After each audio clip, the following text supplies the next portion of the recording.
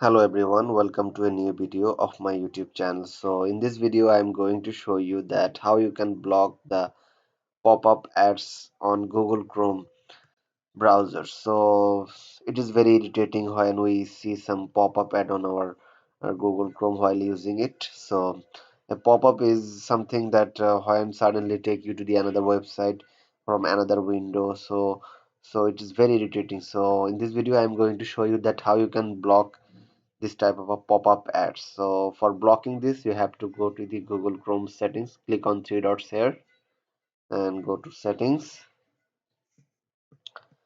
After coming to the settings, you have to go to the privacy and security and then go down below and click on site settings. So here down below you will see an option called pop-up and redirects. Click on here. So here is you'll see some two options. So first one is site can send pop-ups and use redirects, and the other one is don't allow sites to send pop-ups or use direct. So click on here. So now the Google Chrome will block all your pop-up ads, which will increase your Google Chrome using experience. So I hope this video will help you a lot and stop irritating you from the pop-up ads. So thank you guys, thanks for watching.